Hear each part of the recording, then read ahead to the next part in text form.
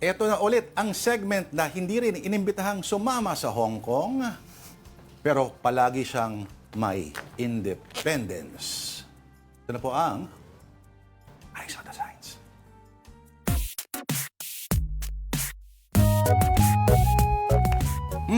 Edition. Today's edition, for sale. Kaya ito mga to. O sige, unang-una. Ito, mula sa pinakabagong Afternoon Delight viewer na si Hiraya Aguilera, for sale, motivational hot dog with chess.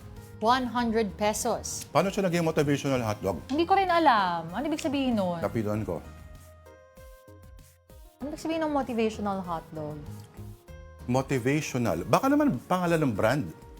Pero, Hindi ko alam. mamamotivate ka bang kumain sa itsura ng hotdog na yan? Baka may filter lang kasi. Anyway, with chess, magaling ka sa strategy. Pwede eh.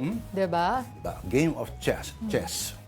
Okay. Next, mula pa rin kay Hiraya. Eyes for rent. Oo nga naman. Pwede naman. Kasi, aanhin mo yung kailangan mo ng yellow buong buhay mo. Exactly. Babalik mo rin yan, di ba? Rentahan mo na lang. Pag nadut-dut mo na yung kamay mo doon sa baso mo, na ikot-ikot mo na, pwede mo nang ibalik. Meron ding ice, baka namimiloso pa, namimiloso po kagaya ng Mark Pasco. May mga yelo na nasa unbreakable na plastic container. Pwede yun. Pwede matunaw, pwede mong i-freeze, so parang paulit-ulit lang yung gamit mo. Pwede rin naman At ito, nagsisircle naman online.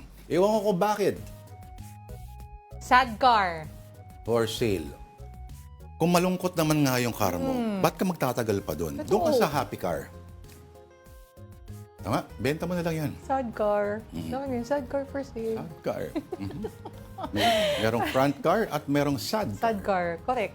Okay. Sige, please send us your signs afternoondelighton@gmail.com.